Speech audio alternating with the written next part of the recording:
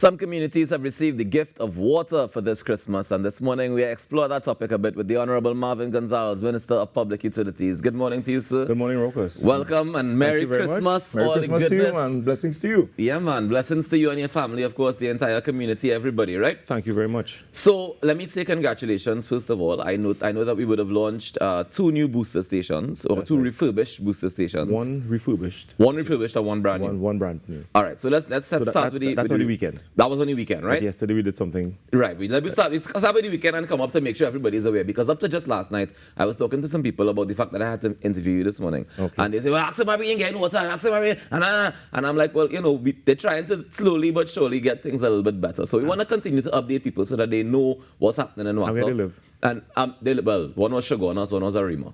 Okay. Yeah, so they had their little challenges, but of course, I know it's a work in progress. Of course. So tell us about the refurbishment of first of all, the Simeon Road booster station. Right. So a year ago, the government launched the Northwest Water Improvement Program. The government allocated $60 million towards this project.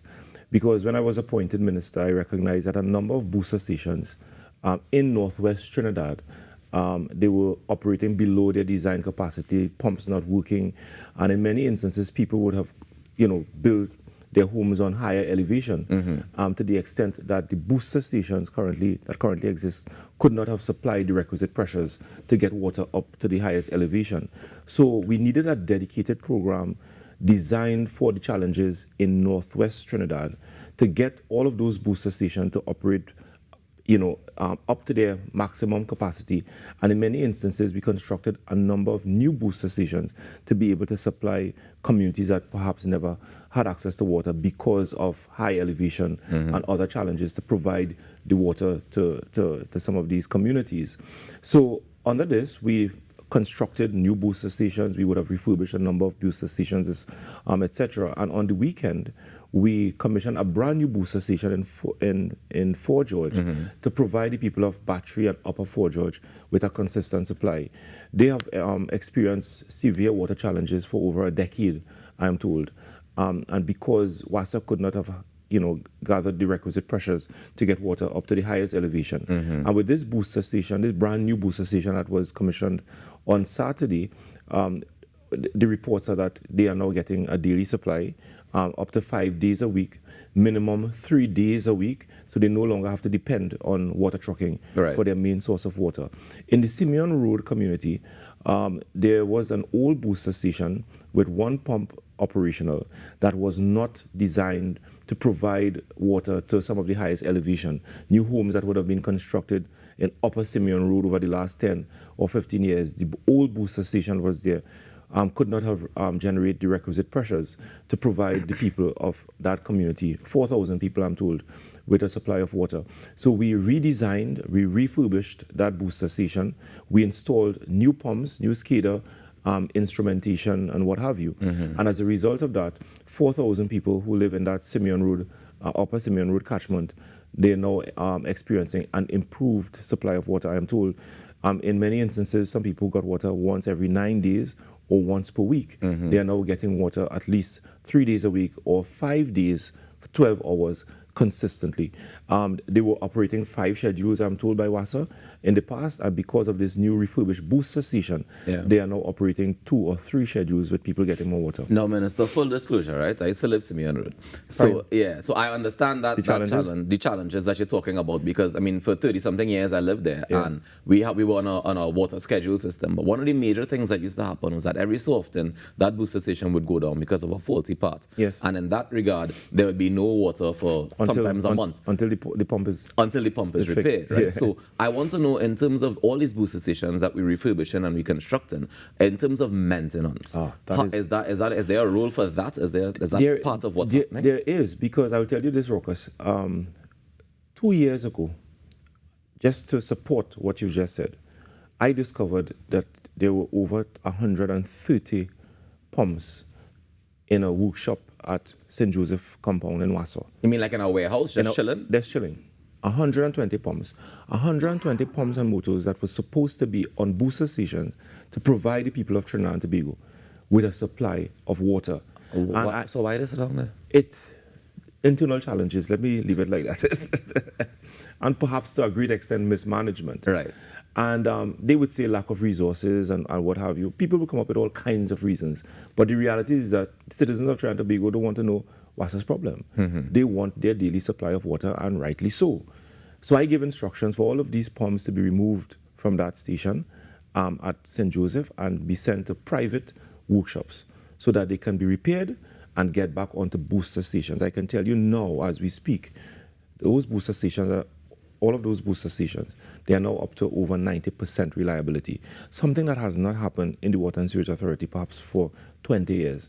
So come back to the issue of maintenance. With all of these new booster stations and pumps that we are repairing to go back on these booster stations to provide the people of Trinidad and Tobago with water, if we do not have a maintenance system, and not only a maintenance system, but a preventative maintenance system to prevent the pumps from failing in the first place. In the first place. You understand? Yeah. And that is what we are also doing. We are going to have a dedicated preventative and maintenance system to prevent those pumps from failing in the first place. You don't have to wait for the pump to go off to remove them or send them to be maintained.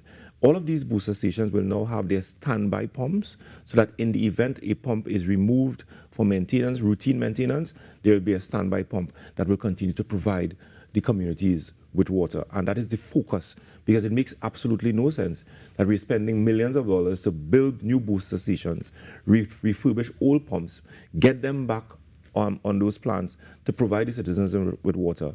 And 2 or 3 months after, because of no maintenance, you go back to where you were before. So we certainly cannot afford for that to happen. So I just want to give the citizens of Trinidad and Tobago that maintenance and preventative maintenance is now going to be a key component in how these things are managed moving forward. I'm really, really happy to hear that, and I'm really happy that you're able to give the nation that confidence, because I think that is a very important thing that I think we oftentimes overlook. We like to see the bright, new shiny buildings and all the new things. And months after you go down the road. Derelict state. Exactly. Yeah. We can't afford to have that. So speaking of other brand new things, yesterday you would have launched the Morris Marshall, was it the tanks? The former Picton tanks, right, at Picton in Laventille. So those, newly painted. That's correct. Looking but quite beautiful, even from the highway. Yes, you see it. Yes. I mean, it's a landmark when you're traversing the East-West corridor and in the city. Now that tank, again, like the other booster stations, have been in a derelict state. And on that tank, there's a massive booster station, a pump, one pump that has the capacity of 250 horsepower to provide the other tank, a 5 million storage reservoir with water, and those two reservoirs are responsible for providing Laventille, Upper Laventille, Lower Laventille, Port of Spain, Belmont, Basilon Street, all of those areas with a supply of water. If things go wrong there, thousands of people will be without water, and the infrastructure there was in a bad state. So what we did under the Northwest program, we invested approximately $1 million. We refurbished the booster station. It is now named the Morris Marshall Booster Station, and the two the two refurbished tanks have been repainted, and they are now renamed the Morris Marshall storage reservoir. The reason why we decided to do that is because a number of our public edifices are named after racist people and, colonial past. Colonial past, yes, in general. Yeah, and Governor Picton is known to be a racist, not only in Trinidad, but in England. And recently, the government of England decided to remove his statues in the public square and have it, go into museums. So we've decided to send a very loud and a clear message that we in Trinidad and Tobago and in the Caribbean, we are willing to send a similar message and to remove the names of racist governors or persons who would have pursued racist policies and name them after persons in Trinidad and Tobago who would have given up their life in public service to people and to serve their needs and to improve their living circumstances. We believe that Morris Marshall was a distinguished public servant, a former member of parliament, a distinguished minister of public utilities, and we believe that it is fitting for the infrastructure there to be renamed the Morris Marshall storage reservoir and the Morris Marshall booster station. Yeah. Quite a sight to behold. I applaud that decision because I think it's always important when we're able to have these things that can remind us of our own history and we can learn about it more. Because when you go and you look up, for example, Picton, if you're hearing Picton all the time and you go look up Picton and you see the stories, you get a different story as if you go and you look up Morris Marshall and you hear, because you're hearing the name all the time. Exactly. And that's how I think a big part of how we can continue to learn our history and appreciate our own history. Yeah. So what is also nice about that project is that it started off very challenging because of the perception of crime and the fact that there were people who believed that we had other priorities and that we should not have venture into a community like Picton to undertake this project, because they believed there were persons who believed that this project could not have been completed successfully if we continue to pursue it. And we decided to engage the community. So that brand new tanks that you're seeing there, that was painted by the hands of people in the community. Nice. You understand? As it should be. And it should be. And when I went there yesterday, the people, the residents told me how happy they were to be part of this refurbishment that is improving their supply of water. And they're now asking me to undertake similar projects like in Palm Trees and all other booster stations in East Port of Spain and Laventille, that they now want to be part of the refurbishment work because they now understand how valuable these infrastructure are to provide them with an efficient constant supply of water. Yeah. So, Minister, in terms of, I know we have a lot of maintenance things to do. I know a lot of the system is fairly old, but how far along do you think you've gotten in the process of updating the system? Quite, I think, I would say about 40 to 50% because of the extent of the work that we have to do. And because of that, we have been able to stabilize and in many instances improve the supply of water all across Trinidad and Tobago. Under the IDB program, we got access to $80 million US. We are now into the second disbursement of that loan, and over 80% of that $80 million US loan is geared towards, guess what? Refurbishment of aging infrastructure. So we are going to refurbish the Guanapo water treatment plant in the Arima area to not only restore it to its design capacity, but to increase its capacity to provide the people of Arima with a more sustainable supply of water. The North Rawkus water treatment plant, there are two large storage tanks, each containing 5 million gallons of water. A year ago, the top of that tank collapsed. Oh no. Because, again, it is aging infrastructure. The Freeport water treatment plant, Chatham water treatment plant, and Tobago, Hillsborough, all of these plants are now going to be refurbished under the IDB loan program. It is unfortunate that 80% of a loan program is now going to be spent on refurbishing aging infrastructure, when in fact you're supposed to be spending that money on expanding your infrastructure. So it tells you why you need to have a robust maintenance and preventative maintenance program in place, so that when you get access to resources, most of it will not be spent on trying to restore those aging infrastructure back to their design capacity. Chatham is a perfect example where that plant is producing just about 30% of its design capacity. Under the IDB program, starting next year, all of these plants, Chatham, Freeport, North Rawkus, all of them will now be restored to their design capacity, and citizens all over Trinidad and Tobago will start seeing an improved supply of water. And how long can citizens expect that process to take? So we are in the tender.